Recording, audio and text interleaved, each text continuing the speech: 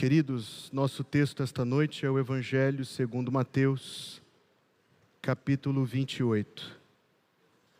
Lerei na Almeida Revista e Atualizada. Mateus 28, 18. Jesus, aproximando-se, falou-lhes dizendo: toda autoridade me foi dada no céu e na terra. Ide, portanto, fazei discípulos de todas as nações, batizando-os em nome do Pai e do Filho e do Espírito Santo, ensinando-os a guardar todas as coisas que vos tenho ordenado. E eis que estou convosco todos os dias, até a consumação do século. O povo de Deus diz: amém. Que Deus nos ajude a entender a sua palavra. Imagine uma espécie de salão, ou a sala de uma casa muito luxuosa, muitíssimo luxuosa, de aquela elegância clássica, rara de se encontrar. Imagine um cômodo com painéis de madeira na parede. Imagine um cômodo com tapeçarias e com tapetes muito elegantes, com móveis muito refinados. E imagine que no centro deste ambiente está uma pintura, uma tela. Essa tela está ornada de uma moldura muito distinta, muito elegante. E destaca-se em meio àquele ambiente muito refinado. Imagine essa tela muito grande, como sendo a pintura de uma chama. O pintor retratou o fogo. Então, com todo o seu trabalho, com todo o seu lavor e com o seu talento artístico, ele conseguiu retratar as labaredas subindo da lenha. E é uma chama grande e imponente. Ele conseguiu capturar o brilho, de alguma maneira, é claro, combinando as cores e fazendo com que você possa contemplar as labaredas como se a sua imaginação conseguisse ouvir a madeira estalando debaixo do fogo. Imagine esta pintura. Mas esta pintura não tem calor. Você pode tentar aproximar as suas mãos delas se estiverem geladas, mas você não vai aquecê-las. E se você apagar a luz, esta pintura que retrata a chama de uma maneira tão vívida, no entanto, não é capaz de iluminar o salão com as luzes apagadas. E parecerá uma grande contradição que uma pintura de chama seja envolvida pela escuridão de uma sala com a luz apagada. A pintura de uma chama não tem calor, não tem brilho, parece fogo, mas não é fogo.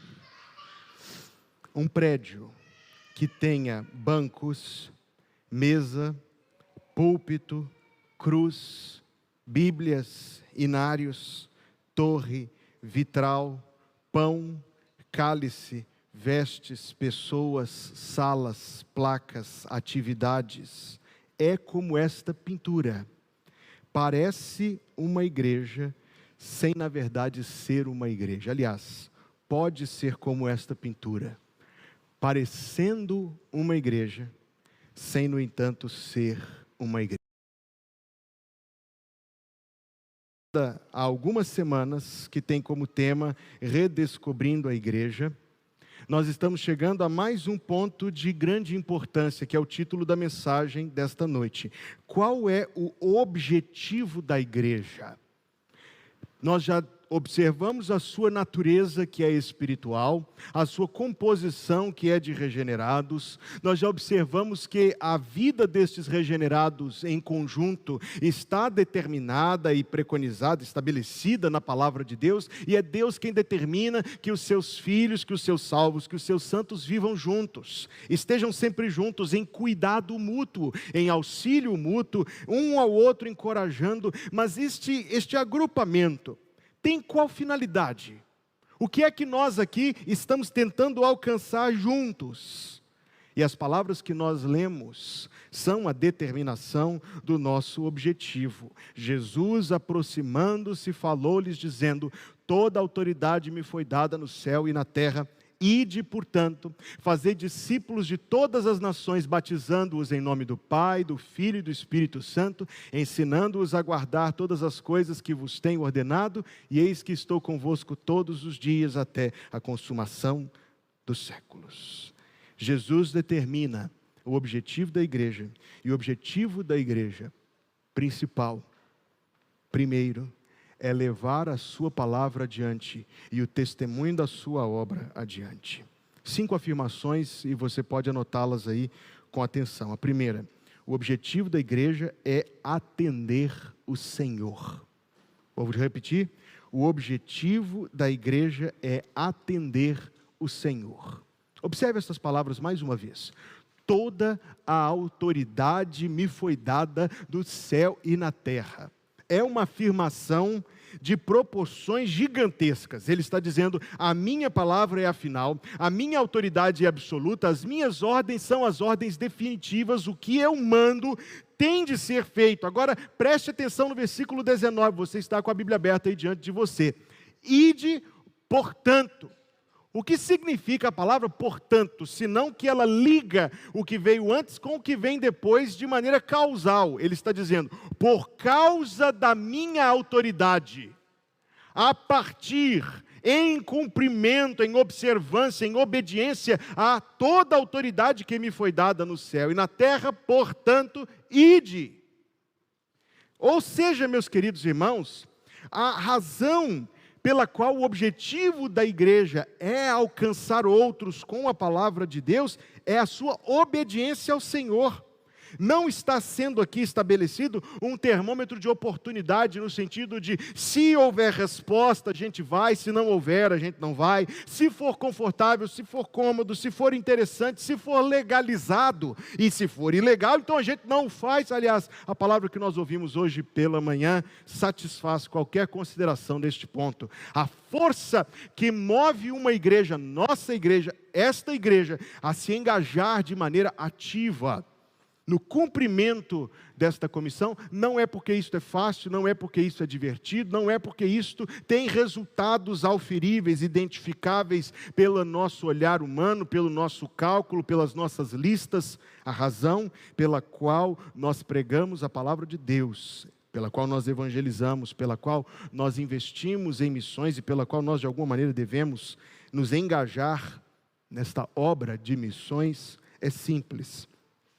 É porque o Senhor mandou a gente fazer isso. O objetivo da igreja é atender o Senhor. No ato da sua salvação, segundo Paulo escreve aos Coríntios, você foi reconciliado com Deus. Mas esta palavra dá margem para uma má interpretação. Porque nós usamos a palavra reconciliação no sentido de fazer meios termos. Deus abre mão um pouco, eu abro mão um pouco, e a gente chega aqui num ponto comum. Um cede, o outro cede, e aqui a gente constrói um meio termo. De fato, traduzir como reconciliação, como nossas Bíblias traduzem, não é inadequado, mas não traduz fielmente o que a palavra quer dizer lá em 2 Coríntios 5, versículo 21. Reconciliação quer dizer basicamente reordenar, colocar as coisas na ordem na qual elas deveriam estar. É como que organizar. Literalmente falando, o que está escrito lá na língua dos gregos antigos é colocar a cabeça de volta no lugar de cabeça. Então, quando a Escritura Sagrada diz que nós nos reconciliamos com Deus, não é que eu dei um passo, Deus deu um passo, eu dei mais um, Deus deu outro, e no meio do caminho a gente se encontrou. Não.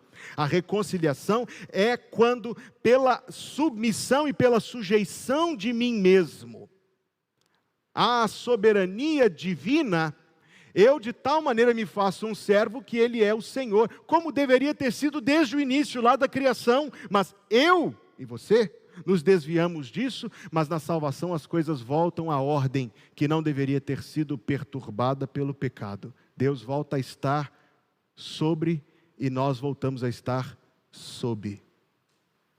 Vinde a mim, Todos vós que estáis cansados e oprimidos, e eu vos aliviarei. Tomai sobre vós o meu jugo. Há um jugo. Há um comando, um domínio de Deus. O jugo, já falei disso recentemente, é um instrumento usado na fazenda, chamado de canga, para você conduzir o animal. Então há um jugo. Há um governo de Deus sobre a nossa vida. O pastor que pregou este púlpito hoje pela manhã descreveu com poucas palavras o que eu estou tentando lhes apresentar numa perspectiva um pouco mais ampla. Ele disse: não estar envolvido nisto é desobediência.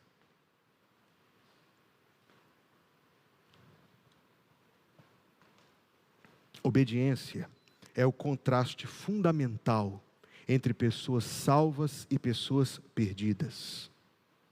Aquele que tem os meus mandamentos e os guarda, esse é o que me ama. Quais são os mandamentos? Não matar, não roubar, não adulterar. São mandamentos? São. Fazer discípulos de todas as nações, batizando e ensinando a guardar todas as coisas, também é um mandamento. Também é um item da obediência que compete ao cristão. E de fato, irmãos, o que eu ainda quero lhes frisar nesse primeiro ponto, que o objetivo da igreja é atender o Senhor, é que compartilhar o Evangelho e participar de esforços para que o Evangelho avance mais nesse mundo é a única maneira, me dê toda a sua atenção agora, por favor, é a única maneira pela qual nós demonstramos que levamos a sério o Evangelho. Eu li alguns anos atrás o que eu quero compartilhar com você. Um humorista americano, o nome dele é Penn Jillette. Ele é um humorista de stand-up e que com frequência faz piada contra a religião nas suas apresentações. Ele já se declarou ateu inúmeras vezes, e ele faz absoluta questão de zombar de religião, e quando eu falo de religião, não é claro que ele não vai zombar de Maomé, porque ele tem medo, ele zomba de quem deixa. Ele disse o seguinte, esse texto é, entre aspas aqui, literalmente o que ele falou. No final de um show, ele estava no hall do hotel onde o show aconteceu, cumprimentando as pessoas, e veio um homem que estava assistindo a sua apresentação, apertou a mão dele e disse: eu gostei muito da sua apresentação hoje, e eu queria deixar um presente com você. Tirou do bolso um Novo Testamento dos Gideões Internacionais.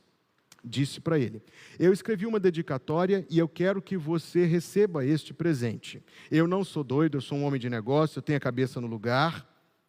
Gostei muito da sua apresentação e quero deixar algo com você. Comentário deste homem, deste humorista, ele diz: foi uma coisa maravilhosa. Ele sabia que eu era um ateu, mas ele me olhou nos olhos e disse com toda doçura, com toda gentileza, olhando para mim, que ele queria que eu recebesse essa Bíblia. Agora observe a conclusão que ele chegou. Ele disse naquele dia: eu não levo a sério uma pessoa que, tendo uma religião, não prega. Eu não levo isso a sério. Porque se você acredita que existe céu e inferno, e acredita que uma pessoa pode ir para o céu, ou corre o risco de ir para o inferno, você acha que não é o seu dever falar disso com as outras pessoas? Ele diz: eu não tenho respeito por quem não prega. Porque tem medo de ficar numa posição desconfortável, ou porque acha que vai ser criticado por causa disso, porque tem que guardar esse assunto para si mesmo. Ele escreveu, essa fala não é minha. O quanto você precisa odiar alguém, para não se importar que essa pessoa está indo para o inferno. O quanto você tem que desprezar alguém, sabendo que a vida eterna é possível, e não dizer nada para ela. Se eu acreditasse que um caminhão estava vindo em sua direção, não importa se você não acredita, se você não viu, se você não sabe, se eu vejo o caminhão vindo em sua direção, eu vou te empurrar da frente dele. E é muito mais importante eu salvar a sua vida do que aquilo que você pensa a respeito da minha tentativa. Um ateu. Que insight, não? Então, repito para vocês, meus amigos, o objetivo da igreja é atender o Senhor. A essência da nossa salvação é que nós voltamos a uma posição de obedecer a Deus, e obediência é simplesmente o que está dito aqui. Nós podemos dar muitas desculpas, eu não sei fazer, ou eu não sinto muito confortável, ou por aí vai, mais adiante na mensagem eu posso falar um pouco sobre isso. Mas eu quero dizer para você que compartilhar o Evangelho e participar de esforços para que o Evangelho avance um pouco mais é a única maneira com a qual a gente demonstra que leva isso aqui a sério. Do contrário, é só a fé da nossa avó que a gente continua na igreja dela, porque foi a igreja que a gente cresceu.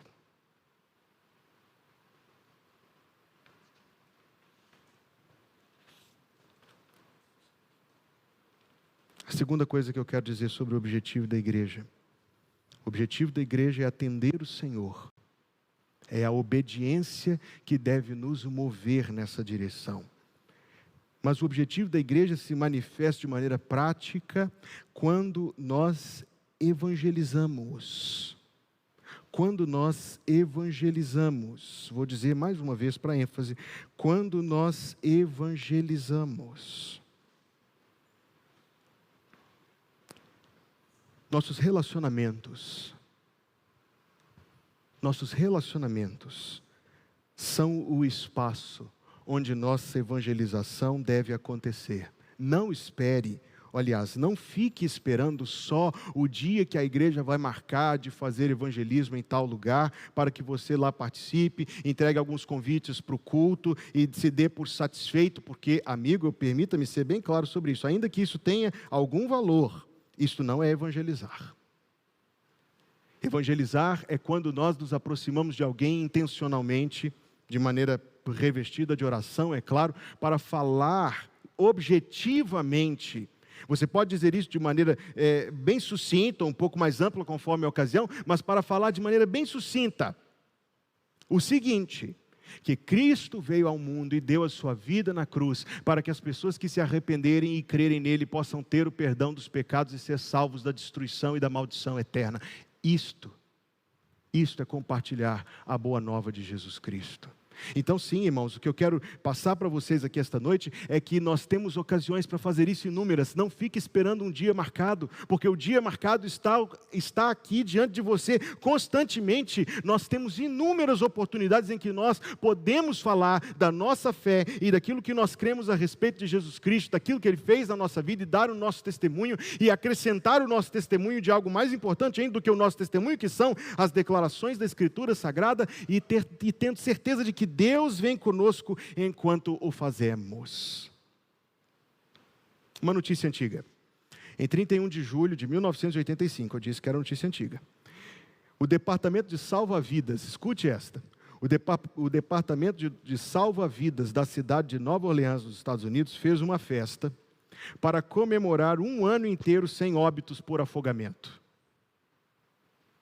Eles fizeram uma festa numa piscina com cerca de 200 convidados. Dos 200 convidados, 100 eram salva-vidas treinados. Boa parte deles salva-vidas profissionais. 200 convidados, 100 eram salva-vidas, 4 estavam escalados, estavam em serviço. Os jornais daquela cidade publicaram no dia seguinte a notícia trágica e irônica de que no fim da festa, um homem foi encontrado morto no fundo da piscina, um jovem de 31 anos, que sequer entrou na piscina para nadar porque ele estava vestido. Morreu afogado, cercado de salva-vidas. 200 pessoas, 100 salva-vidas, 4 em serviço, e ele perdeu a sua vida sem ninguém para o salvar. Não é isso que acontece. Aliás, pior do que isso. Quando as igrejas colocam todos os seus recursos, todas as suas energias, todos os seus projetos, todo o seu tempo, em atividades cujo fim é atender a nós mesmos, prover-nos de mais conforto, prover-nos de coisas mais interessantes a nós. Não é exatamente isso que acontece quando os nossos recursos, a nossa energia, os nossos projetos, o nosso tempo converge em nós, em nosso interesse em nós mesmos, enquanto o mundo continua espiralando em decadência e morte? Não é exatamente isso que acontece quando em nossos relacionamentos, que são permeados de conversas sobre coisas triviais, a gente fala do Flamengo, do Fluminense, do Corinthians, do que for, a gente fala da chuva, do governo aprovando ou desaprovando, a gente fala da política, a gente fala do Supremo Tribunal, a gente fala do chefe, dos vizinhos, do preço dos ovos, do leite, da carne. Sem que, no entanto, uma palavra seja dita àqueles que chamamos de amigos, a pessoas que consideramos pessoas que amamos, sem uma palavra ser dita sobre a verdadeira vida, e sobre aquilo que realmente importa, e sobre as coisas que farão alguma diferença, toda a diferença na existência. Alguém chega e compartilha conosco uma crise pessoal, e nós ouvimos e dizemos: olha, aqui está o contato de um terapeuta muito bom. É claro, se você tem o contato de um bom terapeuta, passe, talvez a pessoa precise disso, de psicologia, de psiquiatria, do que for. Eu jamais iria querer dizer alguma coisa em direção contrária a isto. Mas uma coisa você pode dizer além disso. Uma coisa você deve dizer além disso. Dizer de Jesus. Falar do que Jesus fez na cruz. Da paz que Deus promete a todos que se arrependerem dos seus pecados. Da certeza da vida eterna. Da segurança de ter a paz com Deus e o perdão dos pecados e a vida eterna. De certeza da salvação, de não ter medo da morte. Quando Paulo falou, temos um tesouro em vaso de barro, é disso, meus amigos, é disso que ele está falando. De que por onde a gente transita, eu e você, somos vasos de barro, isto é, frágeis e falhos e inadequados para o que nós portamos. Eu sou inadequado para o Evangelho, eu sou perfeitamente consciente disso. No entanto, não atente para a pessoa, não atente para o vaso de barro, atente para o tesouro que está no vaso de barro. Ele diz que nós levamos um tesouro em vasos de barro, e é o que nós somos, vasos de barro, e é o que nós portamos, o Santo Evangelho. Esta mensagem que proclamada pode transformar a vida de alguém, esta mensagem que proclamada pode levar alguém à vida eterna, pode levar alguém à vida eterna. Meu irmão em Cristo, meu irmão em Cristo, meu irmão em Cristo. Quando foi a última vez que você falou de Jesus para alguém que não é salvo?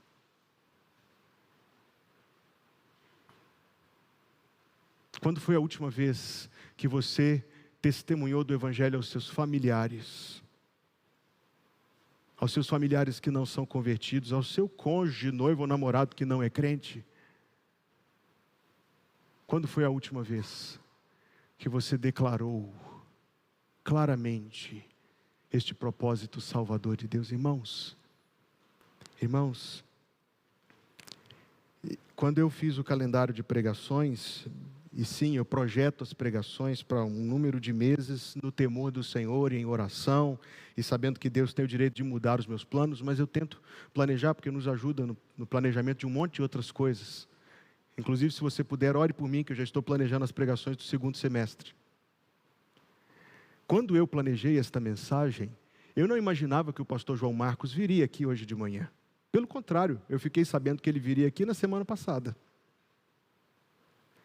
Na bem da verdade, quando eu planejei as pregações do primeiro semestre, eu admito aqui, confesso para os irmãos, que não me passou pela cabeça que esta mensagem ia cair no contexto de uma campanha de missões. Mas eu sei de alguém que sabia. Eu sei de alguém que queria que a igreja fosse exposta a esse assunto com tanta repetição. E eu me pergunto, o que é que Deus está querendo falar conosco? Se Deus está falando um assunto e voltando no assunto, e voltando no assunto, e voltando no assunto, e voltando no assunto, o que é que Deus está querendo falar com esta igreja? Não é a instituição, não é o CNPJ. Nós já aprendemos isto. São as pessoas.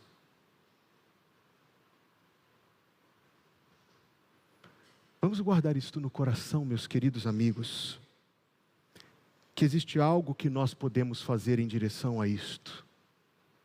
Certamente nós devemos interceder pelos missionários de missões mundiais. A gente está impactado, eu estou profundamente impactado por tudo que aconteceu aqui hoje de manhã.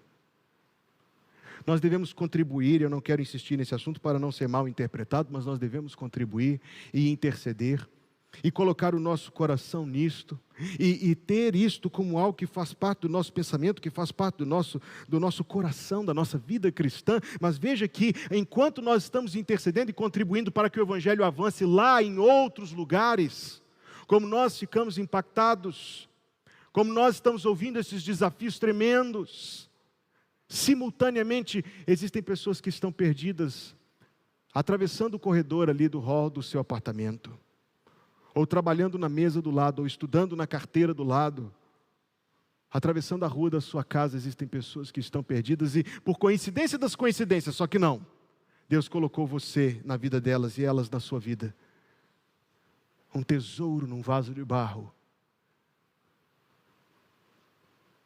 para que você, meu irmão em Cristo, possa ser um ramo frutífero da videira verdadeira.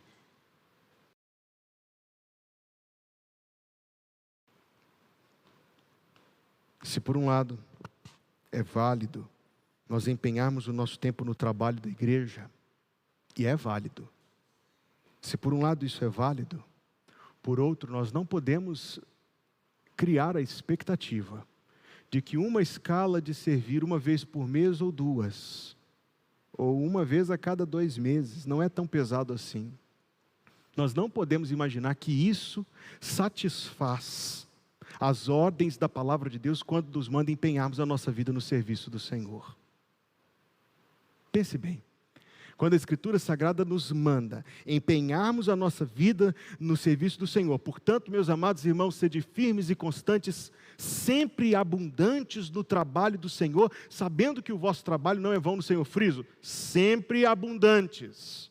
Então nós não podemos imaginar que o fato de que nós cumprimos uma escala no ministério da igreja uma vez a cada 8 semanas satisfaz a sempre abundância na obra do Senhor. Não satisfaz. Não satisfaz.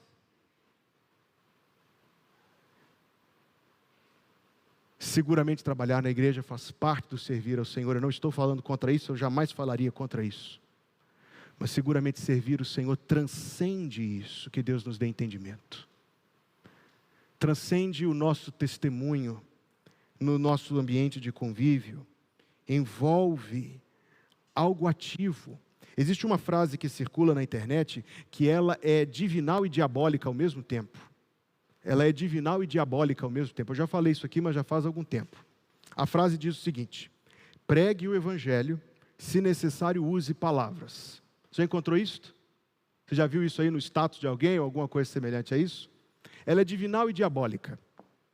O lado divinal é porque esta frase tem a intenção de nos exortar a uma vida coerente com a palavra de Deus. E isto é absolutamente necessário. É absolutamente necessário para que o nosso testemunho seja eficaz. Mas eu disse que ela é divinal e diabólica. A metade diabólica te sugere que é possível evangelizar sem falar. E não é.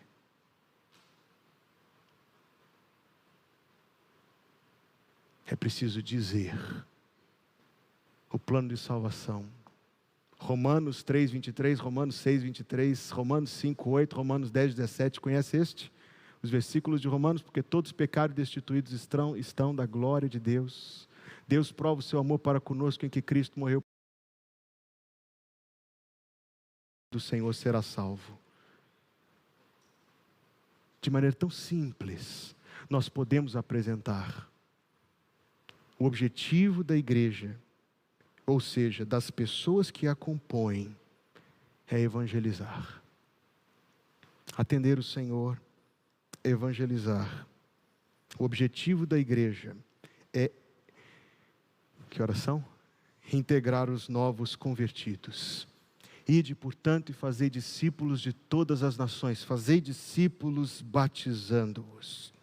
O batismo corretamente compreendido é a prova de que o interesse da igreja não está em números, mas em vidas, em indivíduos transformados. Não nos detenhamos agora em estabelecer aqui uma doutrina do batismo, até porque o tempo não permite. Batizar alguém, como nós vivemos este tocante momento no culto domingo passado, batizar alguém é acrescentar alguém à família da igreja, é receber esta pessoa. Da mesma forma, e os irmãos que foram batizados domingo passado compreendam a analogia que eu quero estabelecer, é semelhante a receber um bebê, porque por definição, quase que invariavelmente, uma pessoa que se batiza é um novo convertido. Quando vai chegar um bebê em casa, as coisas mudam um pouco. Aliás, um pouco continua como antes. Eu sei na pele. Quando a igreja recebe alguém, vocês já observaram como depois dos batismos eu faço uma pergunta para eles e para vocês? E não é um ritual. Eu pergunto a eles se eles estão dispostos a participar, a sustentar, a orar, a amar, a se envolver e a colocar as suas vidas nesta igreja. Eles dizem que sim. E depois eu pergunto para os membros da igreja: vocês estão dispostos a acolhê-los, a amá-los, a sustentá-los, a dar um lugar para eles, a permitir que eles sirvam, a auxiliá-los no serviço cristão? São as perguntas que eu faço e vocês dizem que sim. Então, de fato, quando o Senhor Jesus manda batizar, não é molhar a pessoa e largar para lá. Quando nós batizamos alguém, quando a igreja batiza, porque quem batiza não sou eu, é a igreja. Quando a igreja batiza, ela está assumindo mais uma pessoa para cuidar, para amar, para orar, para interceder, para zelar, para trabalhar junto. O objetivo da igreja não é o número, o objetivo da igreja é a vida transformada. Não contamos os batismos em dúzias, mas um por um. Uma pessoa, mais uma pessoa, mais uma pessoa, pertencendo a Cristo e pertencendo ao corpo de Cristo. Quarta afirmação que eu quero fazer: o objetivo da igreja é discipular a si mesma. Porque ele disse: batizando-os em nome do Pai, do Filho e do Espírito Santo, versículo 20, ensinando-os a guardar todas as coisas que eu vos tenho ordenado ou ensinado. Ensinando a guardar todas as coisas que eu vos tenho ordenado. Pegue a sua Bíblia, vamos fazer um exercício. Se você não trouxe a Bíblia, eu sugeriria trazer. Pegue a sua Bíblia, vamos fazer um rápido exercício. Abra sua Bíblia no Evangelho de Mateus. Se for no celular fica mais fácil, mas você vai perder um pouco do tamanho do que eu estou querendo mostrar. Mateus capítulo 1 fala sobre o quê? Qual o tema aí? Tem um capítulo, uma epígrafe aí na sua Bíblia? Nós falamos sobre isso quarta-feira passada. Quarta que vem vamos falar sobre a de Lucas 3, se Deus permitir. Capítulo 2 fala sobre o quê? A visita dos magos do Oriente. Capítulo 3. A pregação de João Batista, o batismo de Jesus. Capítulo 4. Tentação de Jesus. Até agora, nós já estamos chegando no capítulo 5, até agora Jesus não morreu. O que tem no capítulo 5? Capítulo 6 e 7, a mesma coisa, não é? Capítulo 8 tem o quê? Diversas curas, é assim que está o título na sua Bíblia? A cura de um leproso. Capítulo 9. Jesus cura um paralítico. Até agora ele não morreu. Capítulo 10. Capítulo 11. Capítulo 12. Esse assunto é sério. Ele ainda não morreu no capítulo 12? Uai. Capítulo 13. E outras parábolas. É um capítulo só de parábolas. Capítulo 14. Nós já estamos no meio, ele ainda não morreu. Capítulo 15. 16. Nossa, nós já estamos no capítulo 16, até agora, nada de cruz. Capítulo 17, é sobre o quê? E 18. Maior o reino dos céus. Capítulo 19. 20. 21. Estamos chegando.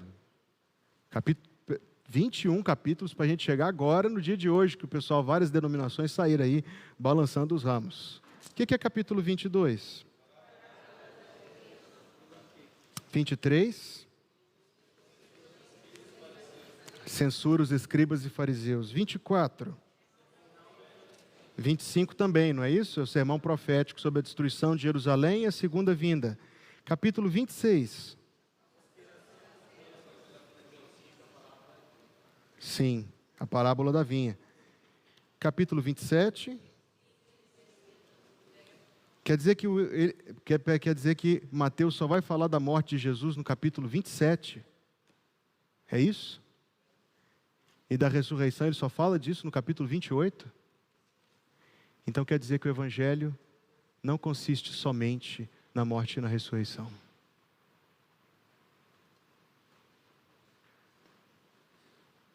A mensagem de morte e de ressurreição é aquilo que separa os mortos dos vivos. É aquilo que separa a escuridão da luz. Mas quando ele diz, ensinando a guardar todas as coisas que eu vos tenho ordenado, ele está se referindo a tudo isto aqui. E ele está se referindo a todos estes capítulos e a todos os capítulos que antecedem no Antigo Testamento e a todos os capítulos que sucedem nos outros evangelhos, no livro dos Atos e nas epístolas apostólicas.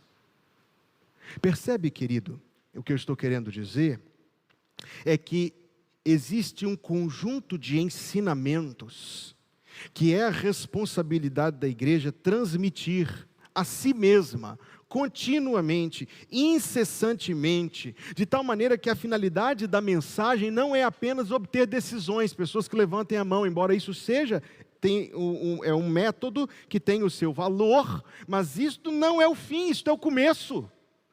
Esse não é o objetivo, ou o todo do objetivo. O todo do objetivo é que essas pessoas que ouviram a palavra e que pela palavra se converteram a Deus, tenham agora condução da parte de outros crentes da própria igreja em direção a aprender a guardar todas as coisas que eu vos tenho ordenado. O objetivo da igreja é atender o Senhor, é evangelizar, é integrar os novos convertidos, é discipular a si mesma. O objetivo da igreja é viver em adoração. Quinta e última afirmação. E eis que eu estou convosco todos os dias, até a consumação do século. Terminou o culto, daqui a pouco eu vou orar, vou dar uma bênção. Você vai cumprimentar alguns irmãos, vai entrar no seu carro, vai para casa. Você abre a porta de casa, acende a luz, e Jesus está sentado no sofá da sua sala. O que é que você faz?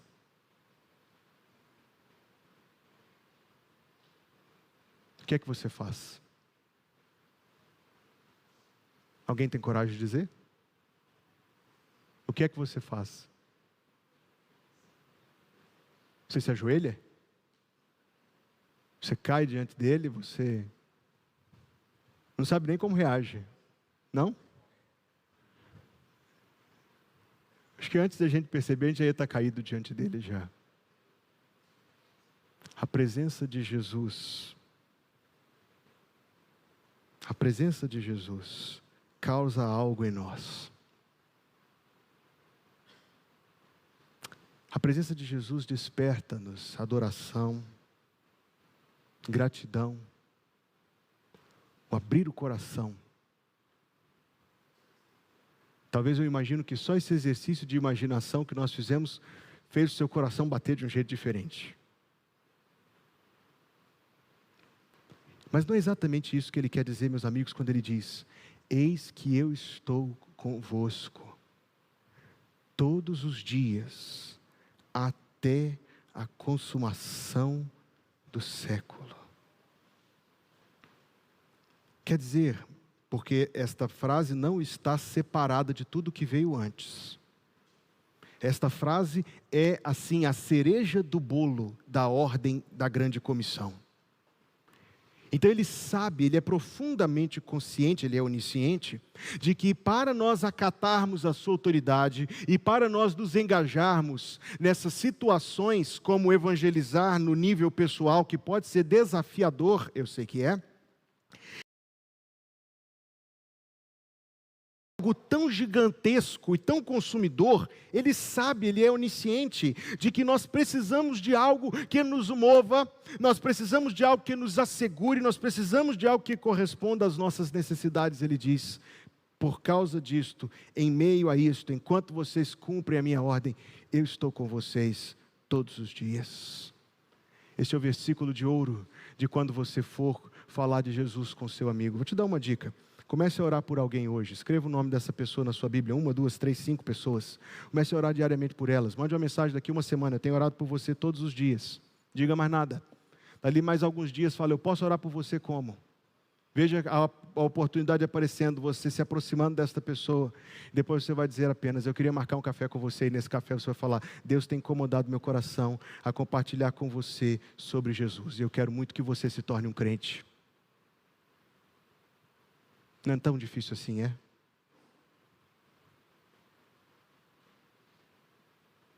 E quando você fizer isso, você pode tomar Mateus 28, 20. E você pode se pegar nessas palavras e falar assim: quando você estiver indo ao encontro dessa pessoa, você pode falar: Jesus está aqui comigo. Porque Ele disse que para cumprir a comissão, Ele estaria conosco todos os dias até a consumação do século. Foi o que Ele disse.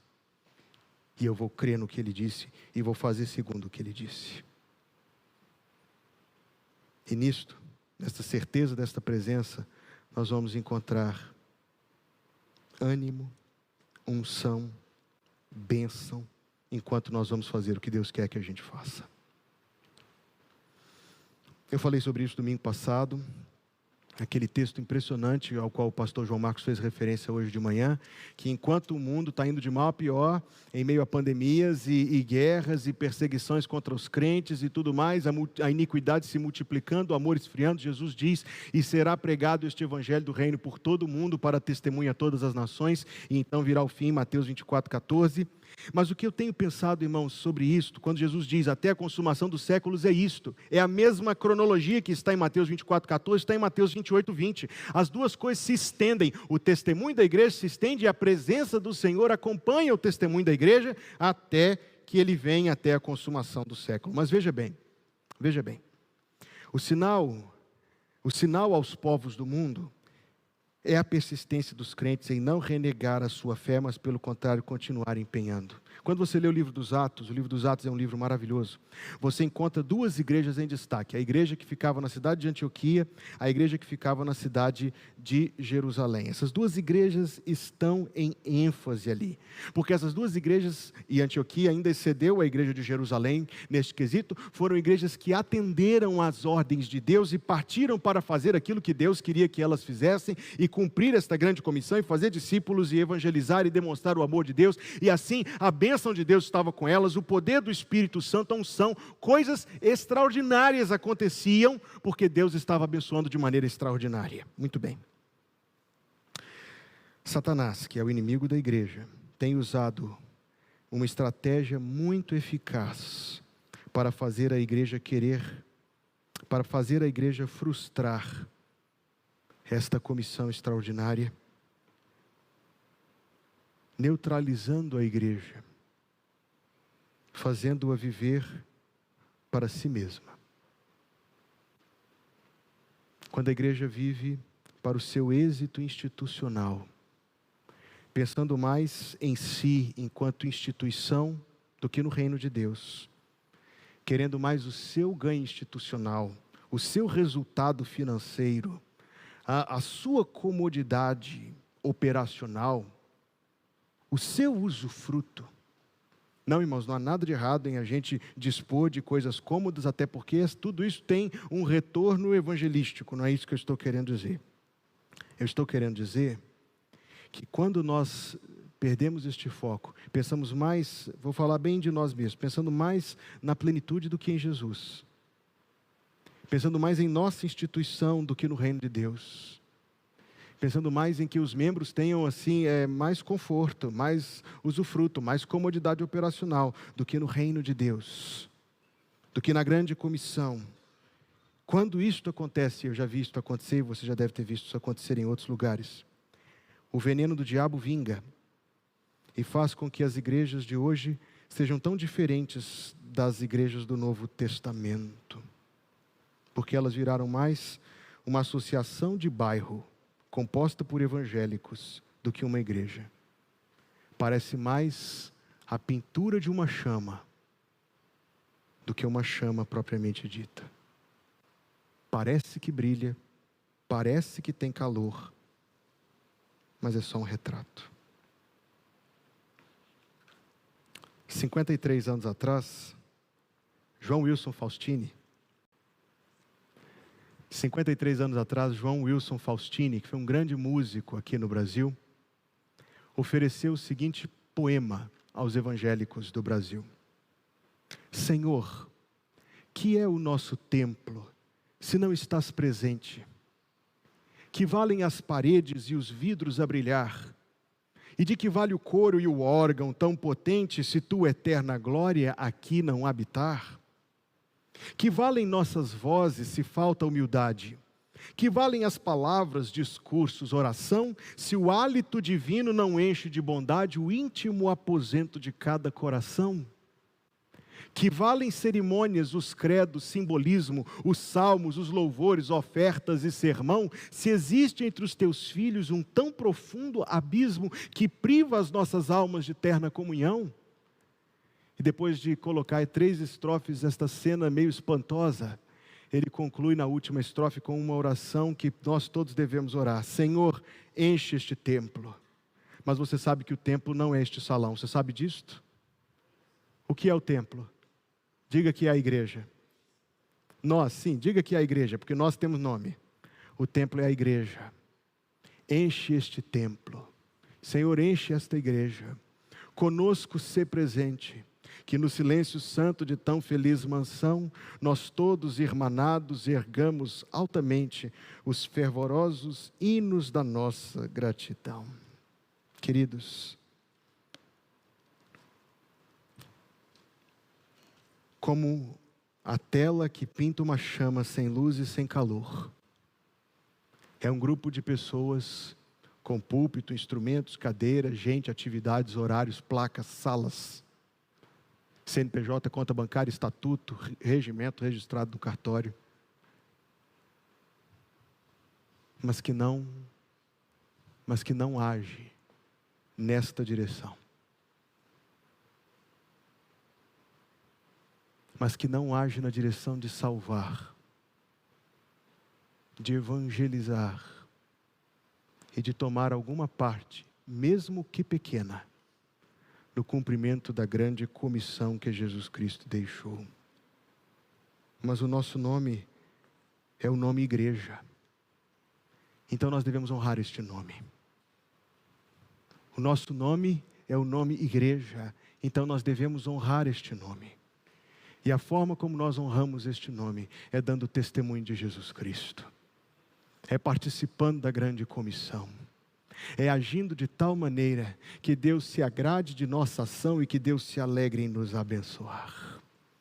Sim, irmãos, o Senhor Jesus deu uma ordem e nós somos igreja, dignos do nosso nome, na proporção que nós cumprimos a ordem que o Senhor Jesus nos deixou. Nós vamos cantar. Ao Rei dos Reis consagro tudo o que sou. Foi o mesmo cântico que nós cantamos hoje de manhã. Foi tão oportuno cantarmos isso hoje de manhã que nós vamos mais uma vez cantar agora à noite. Ao Rei dos Reis consagro tudo o que sou. Veja que nós vamos dizer a Deus: a minha vida eu entrego nas tuas mãos, meu Senhor. Eu quero fazer uma coisa aqui um pouco diferente hoje. Nós vamos cantar a primeira estrofe desse cântico, mas eu quero te desafiar, meu irmão, a se colocar diante de Deus pela salvação de algumas pessoas específicas. Talvez seja o seu esposo ou esposa, seu filho que está fora da igreja, seus pais que não são crentes, familiares. Talvez enquanto eu estava pregando, o Senhor trouxe alguém ao seu coração, uma pessoa da sua família, uma pessoa que você ama ao seu coração. Nós vamos cantar a primeira parte dessa música, e se você quer orar pela salvação desta pessoa. Vem aqui à frente, nós vamos todos orar juntos. Você vai vir aqui à frente para clamar pela salvação de alguém. Você vai vir aqui à frente para clamar pela salvação de alguém. E nós vamos terminar o nosso culto orando juntos pela salvação destas pessoas que nós estamos pedindo. Vamos começar cantando essa música.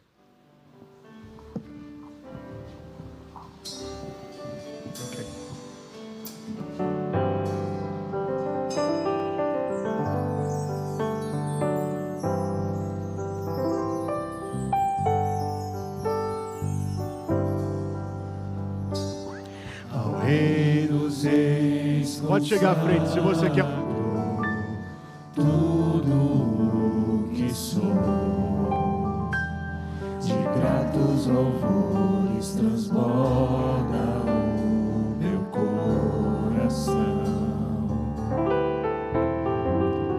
A minha vida eu entrego nas tuas mãos, meu Senhor.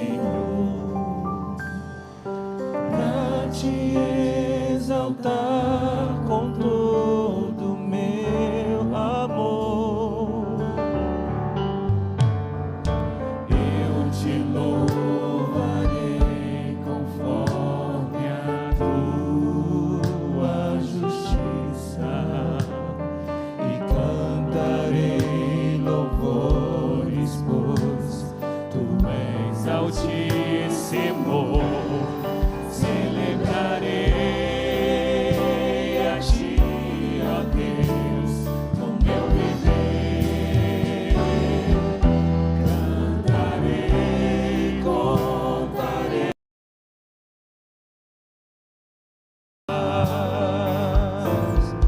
pois por tuas mãos foram criadas terra, céu e mar e todo ser.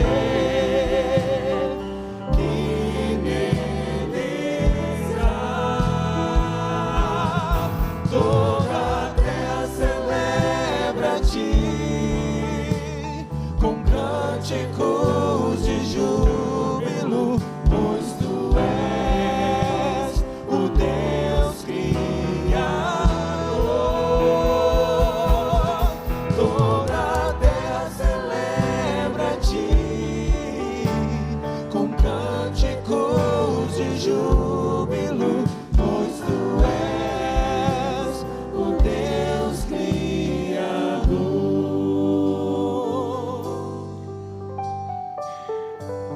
Vamos orar, irmãos, com toda a simplicidade do nosso coração. Só diga para Deus assim: Senhor, como eu queria que tal pessoa fosse salva. Diga isso para Deus.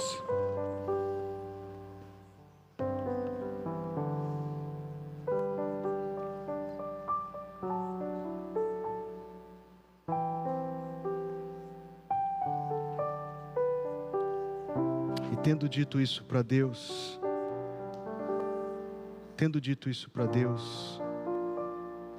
imagine que você está vindo à frente hoje, mas em dia vai ser essa pessoa que você está orando vindo à frente. Mas você vai continuar orando por ela, amém? E você vai continuar orando e pedindo a oportunidade de falar de Jesus, amém? Convidando para vir à igreja, para ouvir a palavra de Deus. E Deus vai te dar a oportunidade de testemunhar. É isso que Jesus quer que a gente faça. Ele diz para a gente fazer isso. Ele está conosco todos os dias até a consumação dos séculos. Pai, em nome de Jesus, muito obrigado, Deus. Muito obrigado por esse domingo tão especial que o Senhor preparou para a tua igreja hoje, Deus, para falar ao nosso coração. Mas que em nome de Jesus, Deus, a gente tenha o auxílio do Espírito Santo para fazer de acordo com aquilo que o Senhor está nos falando. E que esta igreja, Deus, possa ser uma igreja que viva, Senhor, e exista para cumprir esta ordem de Jesus, Deus, e para dar testemunho perto e longe, e para buscar, Senhor, Deus, te servir e ser útil em tuas mãos, Deus, para a glória do nome de Jesus. Inclina, Pai, os teus ouvidos ao nosso coração. Nós estamos aqui, Deus, pedindo pela salvação das pessoas que nós amamos.